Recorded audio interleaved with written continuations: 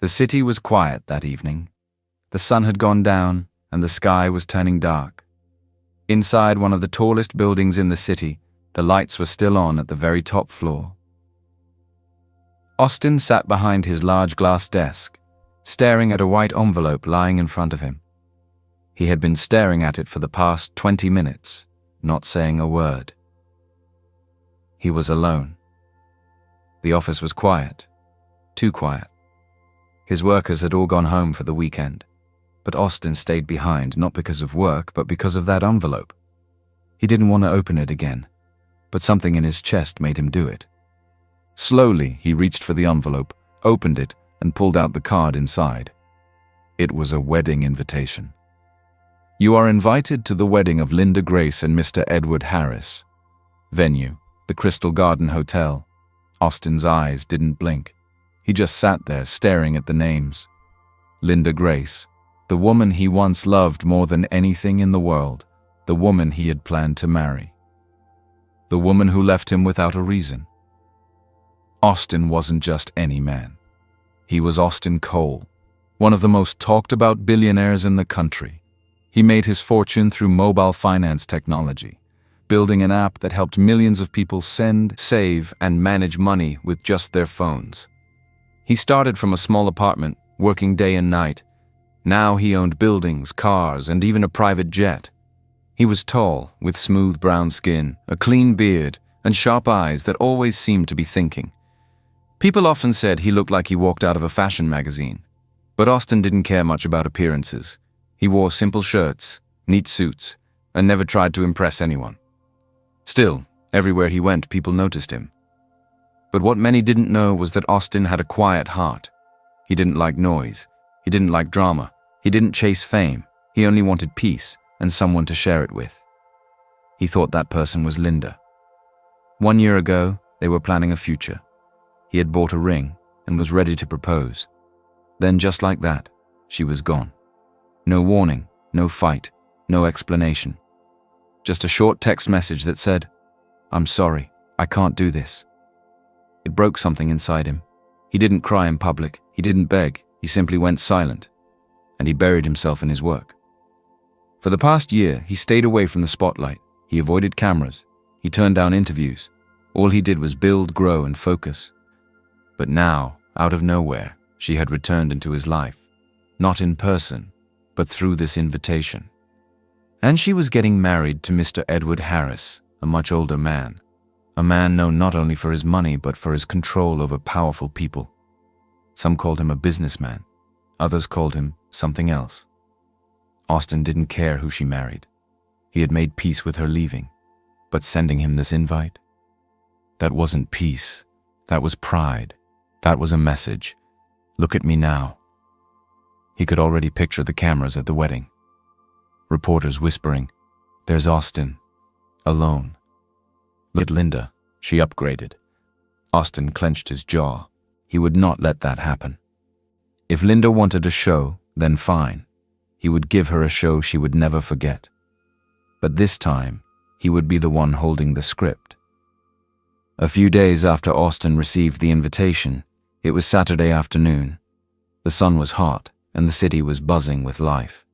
Austin didn't feel like being indoors. His mind was still heavy from the wedding invitation. So he stepped out of his car and walked down the street alone, trying to clear his head. He wore dark sunglasses and a plain black shirt. No one recognized him. That's how he liked it. No bodyguards, no noise, just fresh air and quiet thoughts. As he passed a small bakery, something caught his eye. A young woman was sitting on the ground, leaning against the bakery wall. Her hair was tied in a messy bun, and her clothes were worn out and dusty. A small bag sat beside her, half open. She didn't look like she had much. But she didn't look sad either. She was eating a meat pie slowly, as if it was the best thing in the world. There was a calmness in her eyes, a kind of peace. She didn't beg. She didn't speak. She just watched people pass by like she had seen it all before. Austin stopped walking. Something about her made him pause. She looked up and caught him staring. "What?" she asked with a little smirk. "Never seen a woman eat before?" Her voice was sharp, but not rude. It had humor in it. Austin chuckled. I've seen plenty of people eat, he said, just not with so much joy. Vanessa raised one eyebrow. That's because most people don't know how to enjoy anything anymore. They have food, but no peace. Austin tilted his head. And you? You have peace? She nodded and wiped her hand on her skirt. Yes. Peace, meat pie, and a good spot in the shade. Life is not so bad. He smiled. What's your name? Why? Are you writing a book? She asked, still chewing. He laughed again. No, just trying to have a conversation. She stared at him for a few seconds. Then she smiled. Vanessa. Austin, he replied, stretching out his hand. She looked at it but didn't shake it. I know who you are, she said. Austin Cole, the finance app guy. Rich, quiet. Austin raised his brow. You know a lot for someone sitting on the street. I listen, she said simply. And people talk, especially when they think you're invisible. There was silence for a moment. Austin looked at her differently now. She wasn't just any homeless woman. She was sharp, she was bold, and she didn't seem ashamed of anything. He sat on the bench near her and said, So, Vanessa, what are you doing next Saturday? Vanessa narrowed her eyes. Why? You planning to give me a mansion? No, Austin smiled. Just a wedding. She scoffed. You want to take me to a wedding? He nodded. Let me guess. Your ex is getting married and you want to make her jealous. Austin blinked. Wow. Don't wow me, she said, picking at the last bite of her pie. That storyline is older than my shoes. Then she looked at him more closely. Don't you have a new girlfriend or something? A model? An actress? Some rich, shiny lady to take with you? Why a homeless woman like me? Austin's smile faded a little. He looked down, then looked at her and said quietly, I haven't been in any relationship since Linda left. I'm not seeing anyone. Vanessa raised her eyebrows. So you're really just taking a stranger off the street to a rich people's wedding? He laughed and shook his head. I guess I am. She smirked. You must be very desperate. Austin laughed louder. Yeah, maybe I am. She leaned back and looked at him with a playful grin. You're lucky I have nothing better to do, she said. I'll come, but don't expect me to behave. Austin smiled widely. I wouldn't dream of it. They both laughed. And just like that, the show had found its leading lady. The next morning, Austin's black car pulled up in front of the same bakery. Vanessa was already sitting there, her small bag by her side as if she had been waiting. She stood up and dusted off her skirt. So, Rich Boy really came back, she said with a small smile. Austin opened the car door for her. I told you I would. Vanessa slid into the car slowly, looking around the interior like she had seen it all before. Smells like money in here, she said. Austin smiled. That's just the leather. They didn't talk much on the ride. The car moved smoothly through the city streets until it stopped in front of a tall building with glass walls and golden doors. The sign above read, Maison de Elise, one of the most expensive salons in the city.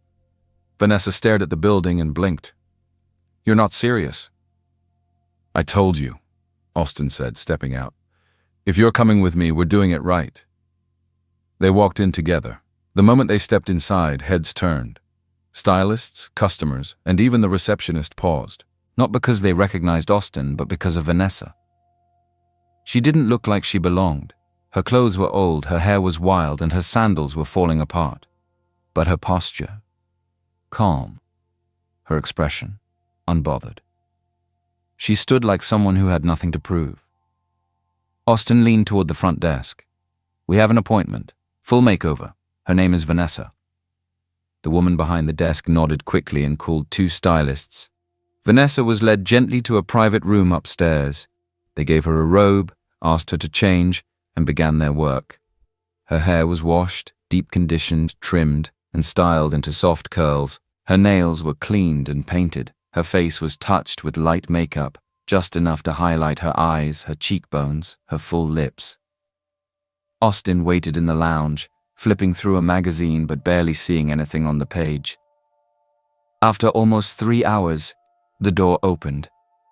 Vanessa stepped out slowly, and everything stopped. Even the sound of the blow dryers went quiet for a moment. She wore a simple, elegant black dress that hugged her figure perfectly. Her skin glowed, her hair bounced with every step. She walked like she owned the room, quiet, steady, strong. Austin stood up, eyes wide. He couldn't hide his shock. "You," he began, "you look like someone who belongs here?" She finished with a soft smile. He nodded. "Yeah, exactly that." The stylists behind her were still staring, whispering to each other. One of them said, "She moves like royalty." Another whispered, "She has this grace, like she's used to this life." And that's when Austin noticed it too. It wasn't just the beauty.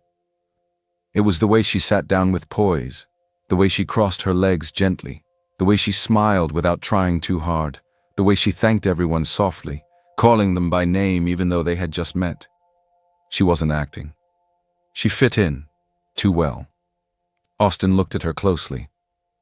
"Have you done this before?" Vanessa looked at him for a moment, then glanced out the window. "Maybe," she said quietly. "A long time ago." There was something in her voice, a hint of pain, wrapped in calm. Austin didn't ask more. But deep inside, he knew Vanessa wasn't just a homeless girl with sharp words. She was something else, something more. And now she was about to walk into Linda's wedding like a storm, dressed in silk. The soft sound of classical music played in the background as cars lined up in front of the Crystal Garden Hotel, a grand hall filled with chandeliers, gold chairs, and flowers that smelled like money. It was the kind of wedding people talked about before it even happened. Businessmen, socialites, celebrities, everyone important in the city had come. Photographers crowded the entrance. Paparazzi waited outside with cameras ready. Inside, the guests were already seated. They held drinks in their hands, smiling, gossiping, waiting for the bride and groom to appear. And then the doors opened again. A hush fell over the room. Austin walked in first, tall, calm, dressed in a deep navy blue suit that made him look like he walked straight out of a magazine. But no one was looking at him. They were looking at her, Vanessa. She walked beside him. Her earrings sparkled, and her eyes scanned the room with quiet confidence. She didn't rush. She didn't smile too much. She walked slowly, gracefully, like she belonged there more than anyone else in the room. Gasps, whispers, heads turned from all corners. Who is she? Where did she come from? She's stunning. Even the music seemed to fade into the background. Vanessa didn't blink. She just kept walking, holding onto Austin's arm gently, her chin slightly raised. From across the room, Linda saw them. Her smile faded. Her eyes narrowed just a little. She wasn't expecting this. Yes, she invited Austin to show him what he had lost. She thought he'd come alone, or maybe with some woman who tried too hard to look expensive. But this woman beside him was different. Beautiful, yes. But there was something else. Vanessa didn't look like she was trying to prove anything. She looked powerful. Linda quickly fixed her face and forced a smile, but her fingers gripped her wineglass tighter. Vanessa noticed her. She gave her a soft, unreadable smile. Not too friendly, not too cold. Just enough to say, "I see you." Austin leaned slightly toward Vanessa and whispered, "You're stealing the whole show." Vanessa whispered back without looking at him, "Good. Let her feel it." They moved through the crowd, stopping to greet a few people Austin recognized. But even those people barely heard what he said. They were too busy staring at the woman beside him. A woman no one could place, yet no one could ignore. Vanessa walked with the same ease she showed at the salon. She took a glass of juice, sat beside Austin, and crossed her legs gently. Every movement was calm, controlled, elegant. Linda kept glancing at them from across the room. Her laughter became louder, her smile more forced. She was nervous. And Vanessa saw it. Austin saw it too. And for the first time in a long while, he smiled for real. This wasn't just about revenge anymore. Something had shifted. The reception hall sparkled under golden lights. Waiters moved quietly between tables, carrying trays of drinks and tiny plates of food. The music was soft, the laughter louder now. But one table had gone quiet. Vanessa was speaking. At a round table filled with top businessmen, CEOs, and 2 local politicians, she sat with her back straight, eyes steady, and voice calm. She wasn't just talking. She was teaching. "I think digital savings platforms can do more than just give access to money," she said. "They can teach responsibility. People respect what they understand." One of the men, a popular economist, nodded. "You're right. But the risk of default still scares investors." Vanessa smiled slightly. "Then maybe the problem isn't the people. Maybe it's the system they were never taught to trust." The men around her leaned in. Even Mr. Harris, sitting a few seats away, turned his head to listen. Vanessa spoke clearly about interest rates, inflation, and the future of tech in Africa. She touched on global markets and even cracked a smart joke about cryptocurrency that made the whole table laugh. Then someone brought up politics. Mr. Harris chuckled and said, "Well, we can't change corruption. It's part of the air we breathe." Vanessa turned to him, her tone still respectful but firm. "I disagree. Corruption is not air, it's a choice. And once you start believing it's normal, that's when it truly wins." The table went silent. Mr. Harris shifted slightly in his seat. "And what would someone like you know about running a country?" Vanessa looked him in the eye. "I know what it feels like when the country fails the people who trusted it." Austin watched everything from his seat, his heart full. He had brought Vanessa to prove a point. But now she was doing more than that. She was standing in a room full of powerful people, and not just surviving. She was shining. He couldn't stop looking at her. And yet, one question kept pressing in his mind. How can a woman this smart, this educated, end up on the street? His thoughts were broken by the sound of someone clearing their throat beside him. He turned. Linda. She stood beside him in her wedding gown, her fake smile tighter than ever. "Austin," she said softly. "Can we talk? Privately?" He sighed, stood up and followed her to a quiet corner of the hall. She turned to face him, her voice still sweet but colder now. "I just wanted to check on you," she said. "You've been through a lot, and I can see how desperate you must have felt. That girl, Vanessa, Austin raised an eyebrow. Linda continued, "I'm just worried she's using you. You're vulnerable, Austin. You're kind. You fall fast. What if she breaks your heart?" Austin looked at her for a long second, then took a deep breath. "You know," he said quietly. "It's funny hearing all this from the same woman who left me without a word." Linda's smile faded. "You're worried she'll break my heart?" he continued. "That's rich, coming from the one who did." Linda opened her mouth to speak, but nothing came out. "You don't get to care now," he said, calm but firm. "You made your choice, and I've made mine. I don't know who or what made you think you have a right to interfere in my life. But let this be the last time." He turned and walked away. Back to the woman who had already changed the energy of the entire room. Vanessa didn't even know he had stepped away. She was still deep in conversation, answering a question from a young tech founder. As Austin sat beside her again, he didn't say a word. He just smiled and watched. Because at that moment, he knew the wedding was over. But the whispers about Vanessa weren't. All across the city's elite circles, people were still talking. Who is she? Where did Austin find her? Why haven't we seen her before? But even with all the noise, Vanessa stayed quiet. She didn't post pictures. She didn't speak to the press. She simply returned to wherever she had come from. But Austin couldn't stop thinking about her. Not just her beauty or the way she carried herself. It was everything she said, the way she spoke, the calm confidence, the pain hidden behind her strong smile. He needed to know more. So 2 days after the wedding, he called his assistant. "Her name is Vanessa," he said over the phone. No last name, I need to know who she really is. The assistant tried, but after 2 days of searching, he came back with one answer. Nothing. No social media, no school records, no ID under that name. It's like she doesn't exist. Austin sat in silence, staring at the city lights from his apartment balcony. The mystery only made him more curious. So he picked up his phone and sent her a message. Dinner, 7 p.m. My driver will pick you up. Vanessa arrived exactly on time. She wore a soft emerald dress, no jewelry, and her hair pulled back.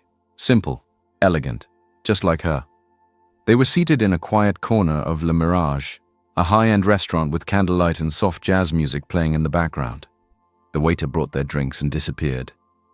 For a few minutes, they talked about nothing serious: food, weather, music. Then Austin leaned forward, his voice low and kind. Vanessa, who are you really? She didn't answer immediately. She looked at her wine glass for a moment, then lifted her eyes to meet his. Vanessa Williams, she said softly. That's my real name. Austin stayed quiet. I grew up in a house with 10 bedrooms and marble floors. We had maids, drivers, private chefs. I went to school abroad, lived in London for 5 years. He blinked, surprised. So what happened? She took a slow breath. My father, Charles Williams, was once one of the most powerful businessmen in this country. He built his company from nothing, but a few years ago he partnered with the wrong person. She looked at Austin again. Her eyes were calm, but heavy. That person was Edward Harris.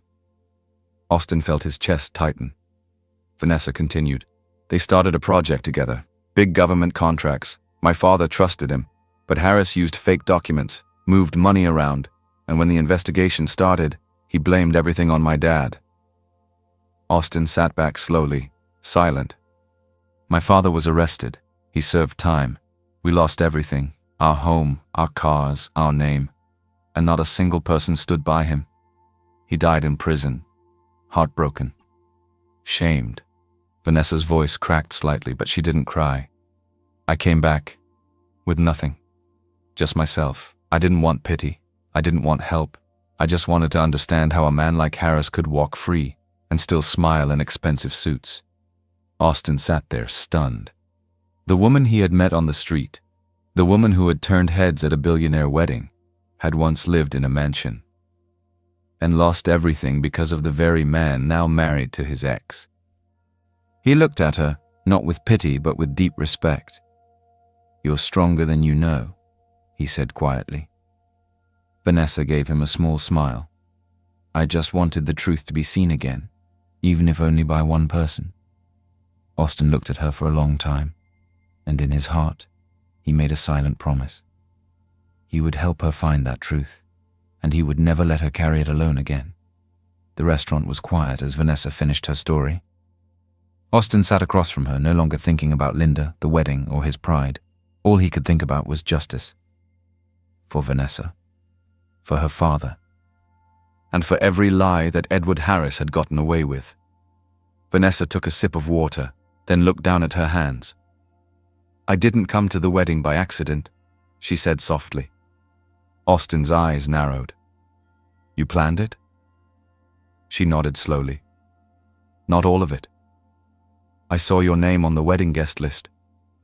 I had been watching Mr. Harris for a long time, following stories, listening to rumors, tracking the people around him.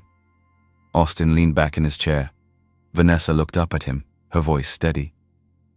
So when you stopped in front of that bakery and talked to me, I couldn't believe it.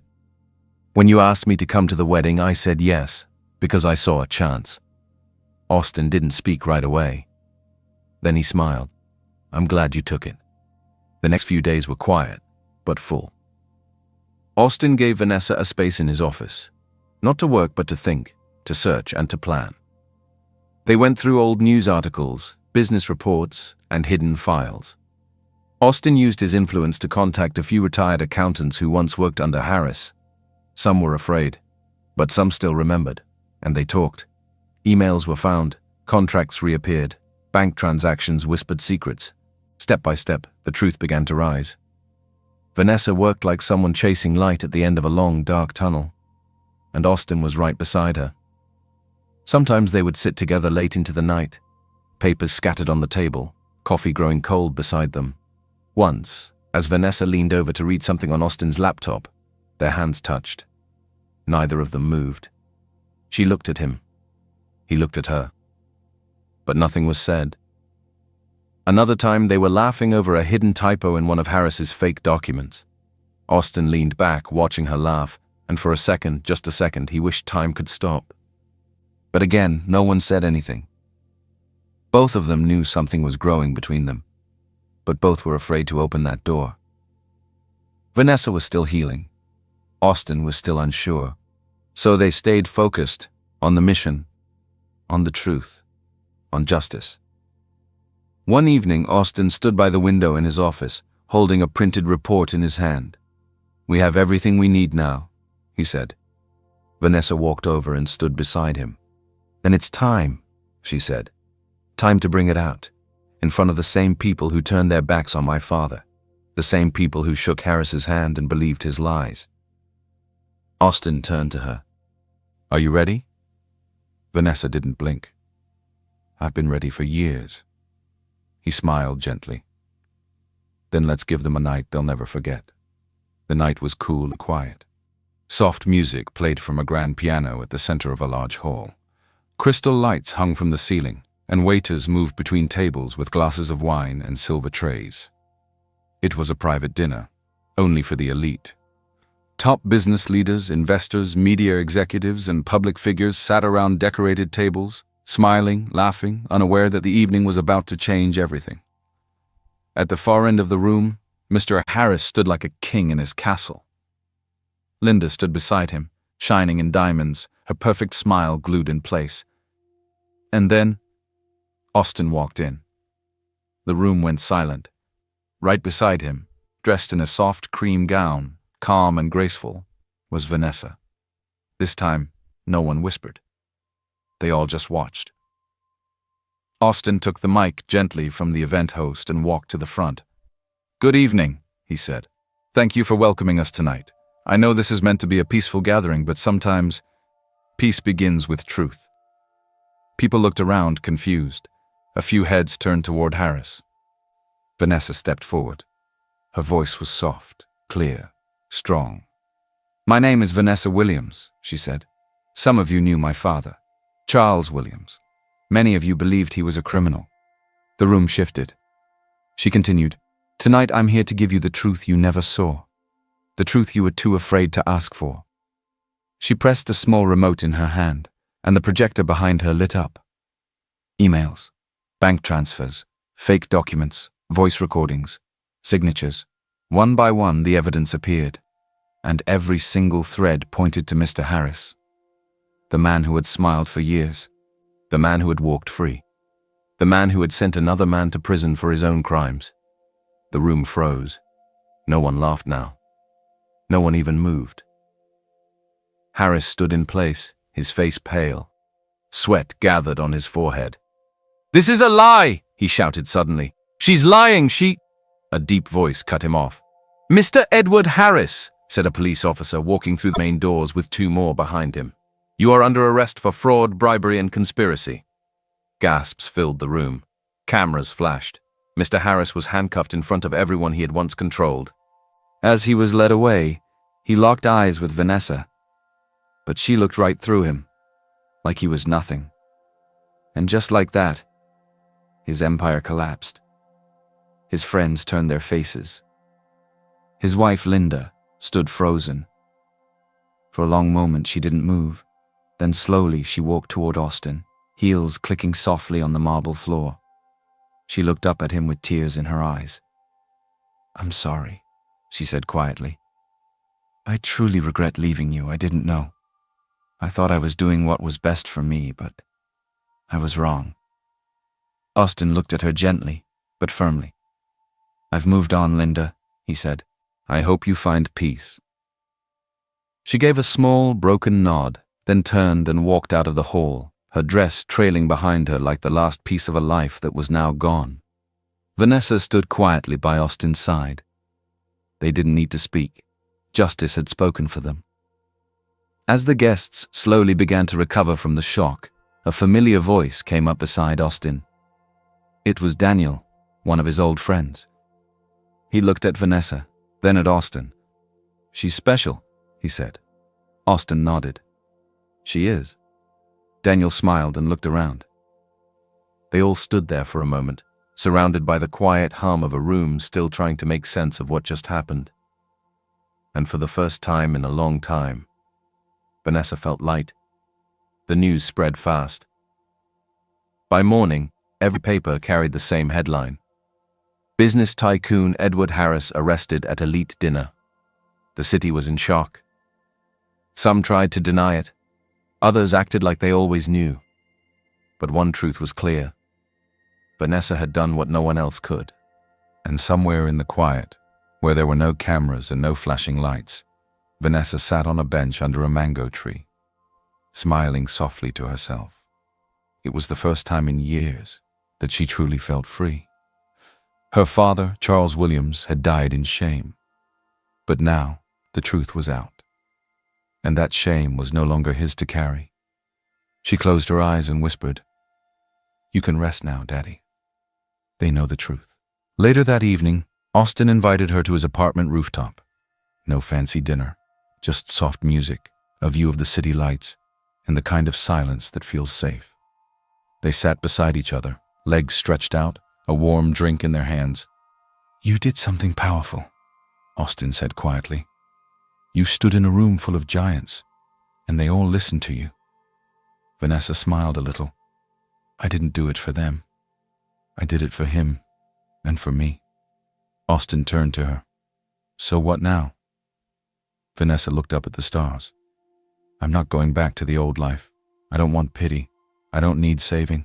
I just want a fresh start. One I can build with my own hands." He nodded. "I can help." She looked at him gently. "Austin, I need to lead this on my own terms. If I fall, I want to know I stood first." There was silence. Then he smiled. "Fair enough. But you don't have to walk alone. I'll be here. However, you need me." Vanessa nodded, her voice soft. "Thank you." In the days that followed, Vanessa got to work. With Austin's support, but not his control, she registered a small company. A business focused on training young women in digital skills and financial literacy. She called it The Root, because every strong tree starts there. Austin helped her rent an office space, but she decorated it herself. Nothing fancy, just clean, warm, and full of life. They spent more time together, not as a couple, but as two people learning to breathe again. They shared stories, scars, dreams. One night, she told him how she used to paint when she was little. Another night, he told her how silence kept him from going crazy after Linda left. They laughed sometimes, but mostly they just sat in peace. Austin felt something deep for Vanessa. Not just attraction, respect. She was fire and calm, storm and stillness, a woman who had been broken but refused to stay that way. And though he wanted more, wanted to hold her hand and call her his, he didn't rush. He stayed her friend. Because love, he knew, was not always loud. Sometimes it was just showing up. The days passed slowly, peacefully. Vanessa's small business began to grow. She trained a few girls from the local shelter, taught them how to manage money, how to build a brand, and how to believe in themselves again. Austin watched from a quiet corner, never interfering, only offering help when she asked. He had never felt this way before. It wasn't like the whirlwind with Linda, loud dinners, fast cars, headlines. This was different. With Vanessa, everything was quiet and deep. It was in the way she listened, the way she stood her ground, the way she still made him nervous sometimes, like he had to be a better man just to stand beside her. He had tried to keep his feelings hidden, but they only grew stronger. So one evening, just as the sun dipped below the skyline, he asked her to go for a walk. They walked slowly down a quiet path behind her office. "I've been meaning to say something," Austin said, rubbing his hand against the back of his neck. Vanessa looked at him. Say it. He stopped walking and turned to face her. I want to be with you, he said, not just as your friend. I want more. I'm falling for you, Vanessa. She looked at him quietly. I know it started strange. And yes, I was hurting when Linda invited me to that wedding. It was a slap. I felt small. But that was before I knew you. His voice was steady. You're not a distraction. You're not a rebound. You're someone I admire. Deeply. Vanessa looked away, her arms crossed gently in front of her. You say that now, she said softly. But what if you're just trying to fill the space Linda left? What if you're chasing peace through me? Austin shook his head. I chased peace alone. You brought me truth.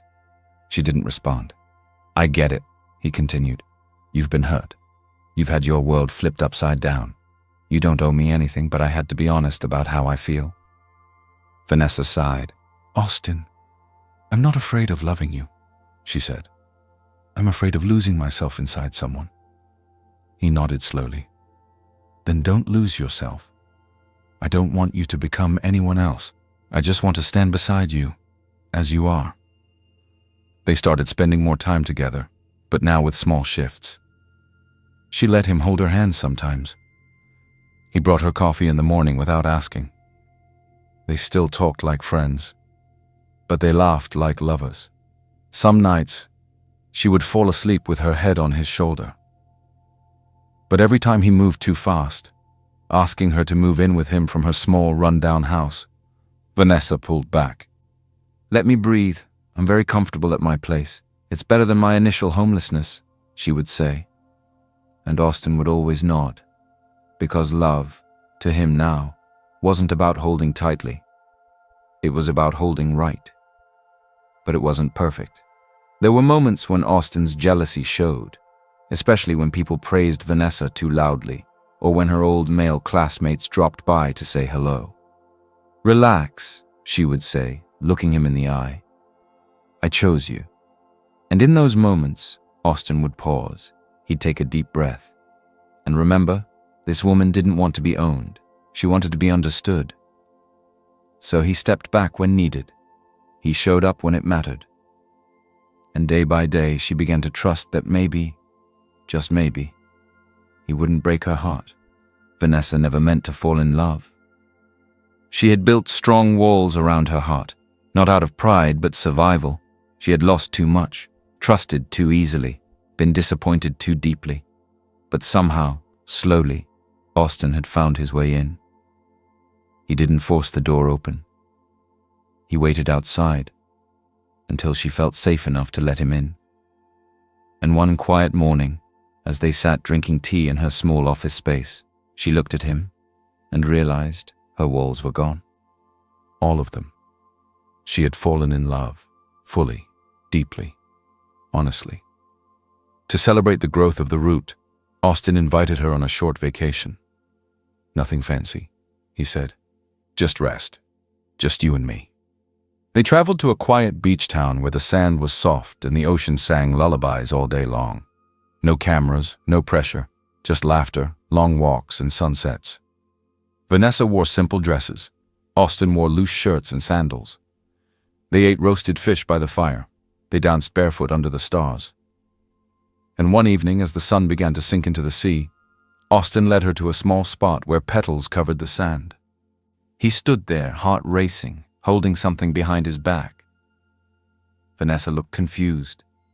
What are you doing? Austin dropped to one knee, not fast, not dramatic, but gentle, like a man sure of what he wanted.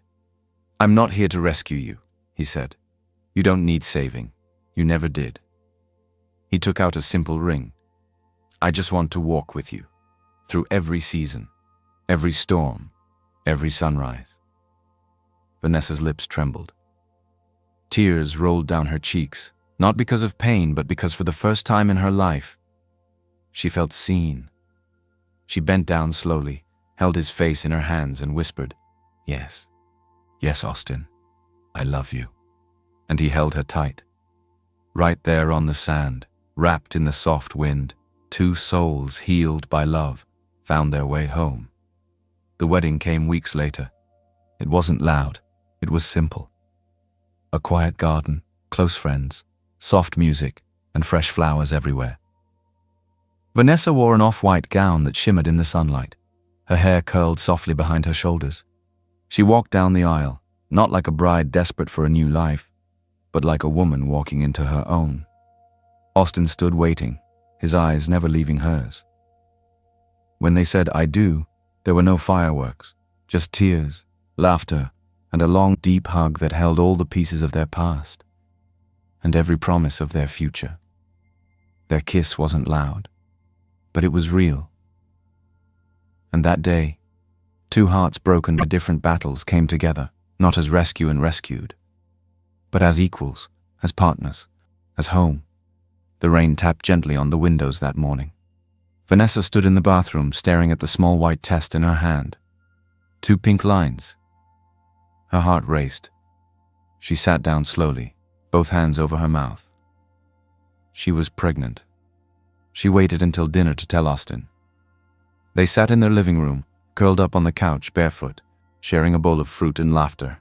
"I have something to tell you," she said softly. Austin turned to her, already smiling. "Good news or bad?" She placed his hand on her belly. "Good, really, really good." He blinked, then blinked again. "No way." She nodded, eyes already full of happy tears. Austin burst into laughter.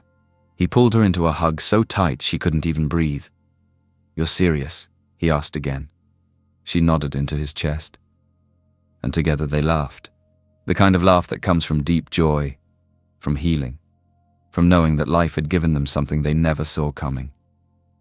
Later that night, as they stood by the window watching the rain, Vanessa whispered, "From the street to this?" She looked at him, her voice soft and full of awe. "We created a new story." Austin turned to her and smiled. "It started with simple revenge and jealousy," he said, "but somehow we found the purest form of love. 9 months later, their home was filled with baby laughter. Not one, but 2. Twins, a boy and a girl." Austin joked that it was life's way of doubling every blessing they had missed. Vanessa held her babies close, sometimes crying without reason, not from sadness, but because her heart was finally full. She often stood in the nursery, rocking them gently, whispering stories of her father, of the journey, of the streets that once tried to bury her. And Austin? He was always there, changing diapers, singing lullabies, cooking breakfast while she slept. Not a perfect husband, but present, loving, real. They raised their children in a home that wasn't filled with gold, but with truth. Strength, second chances. They taught them kindness. They taught them courage. And every night before bed, Vanessa would hold her daughter's hand and her son's little foot and whisper the same words. "You were born from love that took its time." And that was enough. Because for Austin and Vanessa, that love was everything, and they had finally come full circle.